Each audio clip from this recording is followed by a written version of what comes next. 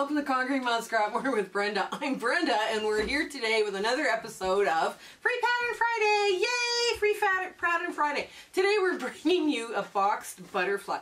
Now I have a little surprise at the end, but this is the layout. Basically it's an hourglass inside a box that we sew together like a 4-patch, but I do have a surprise for the end. Now, but first I want you to go check out Jeff at Bernina Jeff. And Bernina Jeff Keep on Sewing. Now, we all have sewing machines, but he talks about maintenance of the sewing machines. And it's kind of important that we keep a well-maintained machine. And he's got lots of interesting points, not only for just Bernina's, but for all the other sewing machines as well. So you might want to check him out.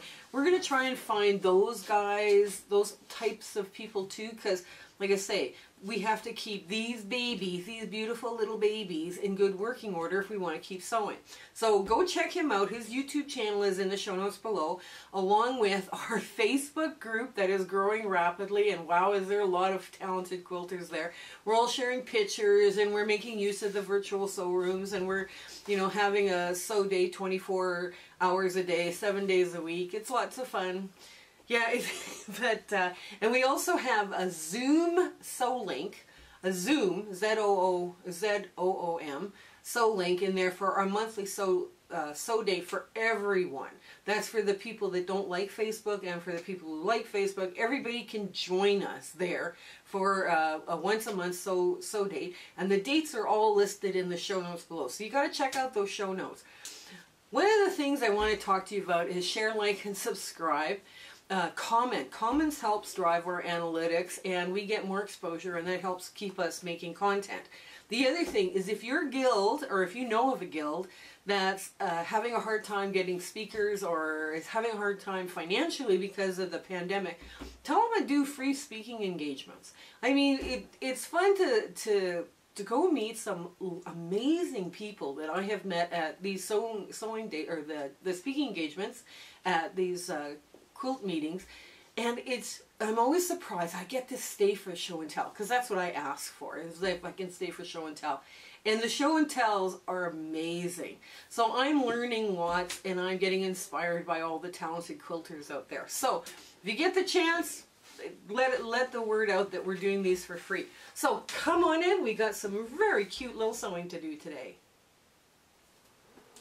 Okay, so here we are, and always do the hardest stuff first, right? I mean, that's the easiest way. Now, I just chose to do stitch and flip. I'm going to put in the show notes because I just put I folded it over and marked a line. But you just want to kiss that line. Now I'm going to give you both directions, the stitch and flip way or the traditional way. And either one will work well for you. And stitch and flip is you put the line in the center, right down the center, and then you get a bonus triangle, right? So let's get the other one here. These hourglasses this is a very old-fashioned block, the hourglass block that's inside, but we decided, okay, we gotta play a bit. We have to play sometimes and just have fun. Oh, there we go. And I'm going to, there, just cut this, just like so. Oh, I forgot to check. Oh, that would be bad. No, it's good. Okay, always check, always check. I forget sometimes, then I just like, oh no. Okay, so I'm just going to quickly run this through. Okay. And I'm going to put my 1/4 inch foot down, because the rest of it I just need a 1/4 inch foot. You end up with for every one of these blocks you end up with 2. If you do this, every one of these blocks you end up with 2 bonus triangles, half square triangles, which is kind of nice to have, you know. When we're filming this, I'm still working on the orphan block challenge, so I'm just gonna move this out just like so. There, give it a quick little finger press. And the beauty of these is I know already they're the right size because they're all cut the same. There we go. That one's the right size too. Awesome. Okay. Now we get to the other part. Now the other part of this is to create the box. Okay, so basically you're going to do the same thing. You're going to put the shorter piece on first. Okay, oops, we got to get through this. Hang on, hang on. The shorter piece goes on first. Okay.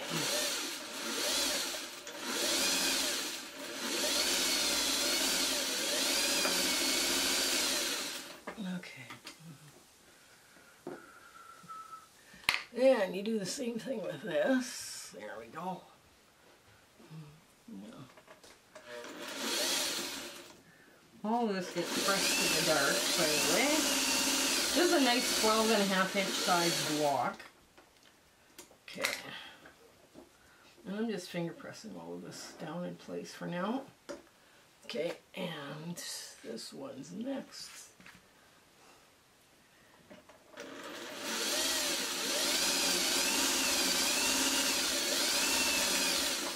Oh, yeah, this was, I had a couple of speaking engagements and I just had so much fun with them.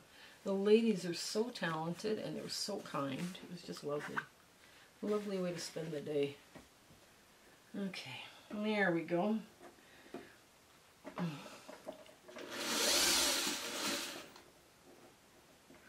Always fun to see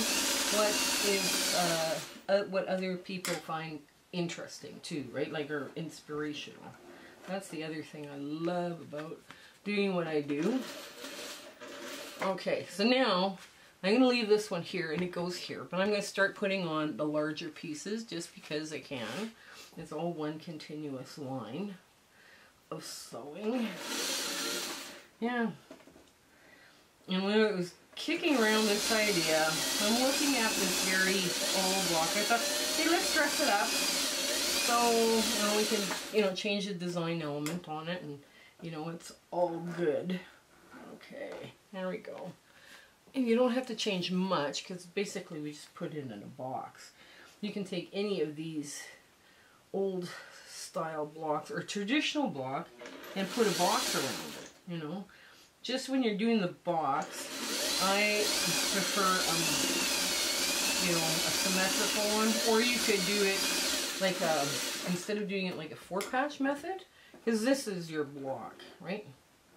For half of the block, the subunit here is this. Well, you could either put all the inside together and then just do one, like a larger block, or you can do it this way. If you're working with scraps and you don't have big scraps, this is probably a better way to do it, because you just, like this piece of fabric, that dark blue that I'm working with here, there was no way I could make a 12.5 inch, two 12.5 inch strips out of it. None. So I figured, okay, I'm going to do it this way, just so people can have, like, there's no way I could make a strip long enough to go across, and I needed 2 of them, right? So that's not going to work right for this. This is not going to work. So now, just get the last one through.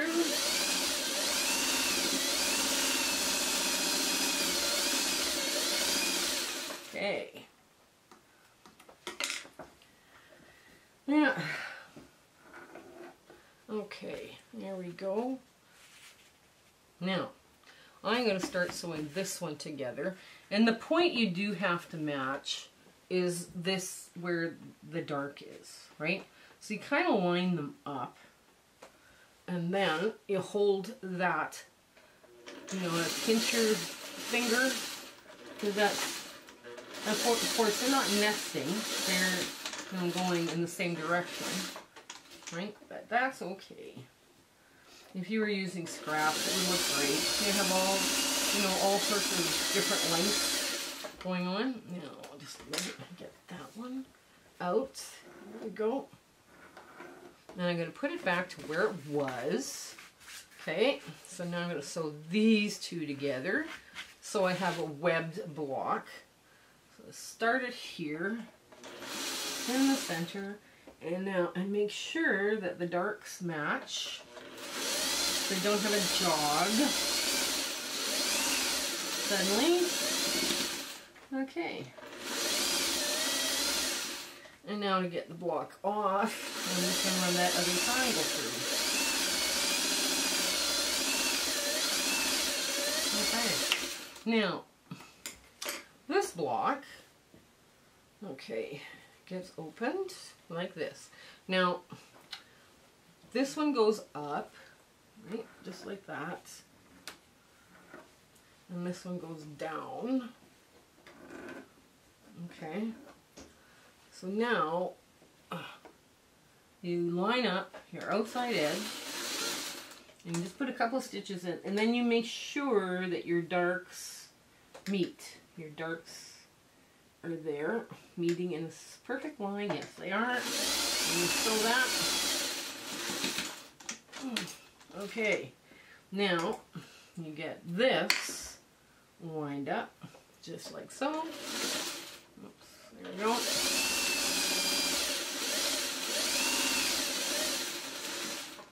And you just have to drop your needle down just on the other side of it. There we go. And that is going to match up.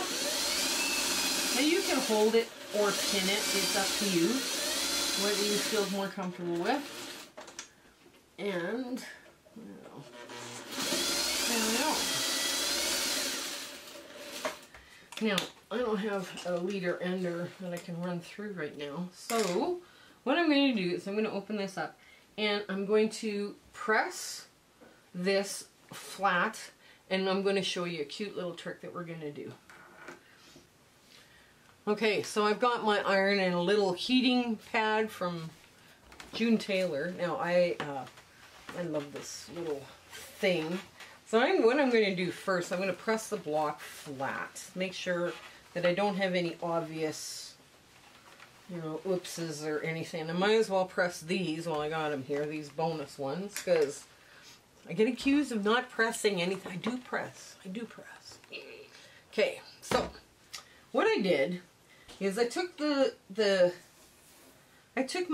little box of Heat and Bond stuff, and I went looking through it, and guess what I found? I found a butterfly bit. So what I'm going to do is quickly press that one in place, and I'm just going to push it over where the joint is. Okay, there. And you don't need it for a lot. And then I made a little heart-shaped head without the, oops, what I should do is the antennae first. The antennae first go on. Oops, there we go. And then the little heart-shaped head goes on top of that. Okay, there, that looks good. So, when you're doing Heat and Bond stuff like this, you only count to like 10 seconds, 8 seconds, or follow your manager's instruction, or the company's instructions. Okay, now we're just going to take that off. So, it does look like, it looks like a cute little butterfly now, right? Now, Heat and Bond will stay for quite a while, but what I do with it is I make sure I run over the edge and treat it like raw edge applique. Now, I'm just going to start, just drop it down, my needle down, and then pull up, and I'm going to pull that bottom thread up so it's not in the way, right? Because I don't want to be having a massive knot behind all of this. And I'm going to take my stitches, go back. Now, I'm doing this with Heat and Bond because I have a box of this stuff all ready to go. And it's kind of fun to have a little box of Heat and Bond stuff you can do little art things with, right? If you want to do this with applique, applique a bunny, a butterfly body and antennae and a head and all this, you're more than welcome to do that. I, however, would like to say I'm allergic to applique, but I'm not. I just find I have so little free time that I am more inclined to do this kind of thing than, okay.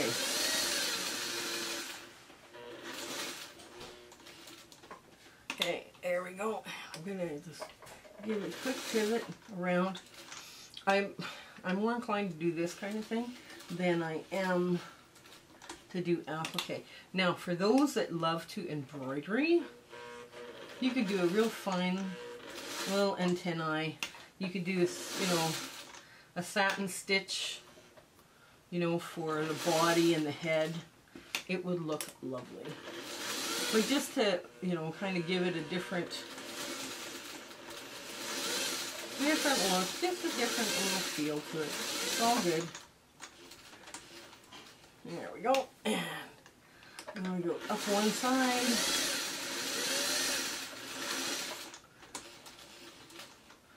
And around a really tight curve.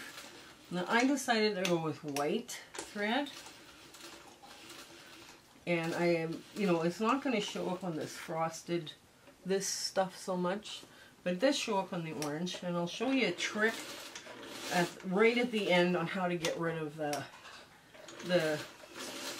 orange, the thread color on the orange. It's kind of a cool way of doing stuff. A little cheat, Sylvie, because this is supposed to be more about fun and play than it is about, you know, stressing out, right? Nobody needs to be stressing out in their sewing room. Nobody. So, okay. And way across the bottom. There. Now, okay. So there, we'll get to our ta-da moment, and I'll show you how to get rid of the white thread on the orange. Okay, so here we are with our butterfly block. It would look great on points and everything, but what I'm going to do, I'm going to show you how I colored them with the mapped or moped, well, whatever, mapped pencils. Now these things are permanent ink, right? So what happens is all you do is you take the ink and you draw on top of the thread on one side, and to get good coverage you draw on the other side. And remember where I showed you you could see the white thread? Well, I'm going to get my cameraman to hold this up, and he's going to show you the tail of the butterfly, because that's where you really notice the white thread. It's gone. And this ink is permanent, right? So we've talked about them before, and these are also great if you're doing free motion quilting and your white thread ends up in a navy area or a green area. You just, you know, cover it up, right, with one of these pens. This is a trick a lot of people use, a lot of quilters use. So also, you know what, when you put the body, head, and antennae, if you have missed your nesting in the middle of this block, it covers it up, so it looks really cute, and you've done an oops. But now I did swirl the back of my seam so they're all going the same direction, just so the block lays flat. But this is supposed to be about fun, having fun, and I do hope you try this block. I ended up with 2 extra bonus triangles, half square triangles, that I'm going to size down to a common size. They're probably I think they're like 3 inches, so I'm not sure where they're at. I'll size them up to either 3.5 or 3 inches, I'm not sure. I didn't measure them, I didn't have time to measure them. So anyways, I do hope you try this block, and it was a lot of fun hanging out with you today. And I hope when we see each other again, you're well and happy, and life treats you very, very lovely. Okay, you take care until then. Bye! My husband and I would love to thank you for all of the amazing people that we have met along this crazy YouTube adventure that we've been having. We do free speaking engagements too, so if you're part of a guild and they're looking for, you know, people to talk and, you know, and chat with, you know, in their monthly meetings, tell them that I'm doing free ones just to help the guilds out, because it's been a tough time for the guilds as well. You know, share, like, and subscribe with your friends. You know, make sure that they're, you know, they get the word out on us. That's, I mean, that's the best way you can do to help us out. So until we meet again, I want to thank you. Okay, goodbye.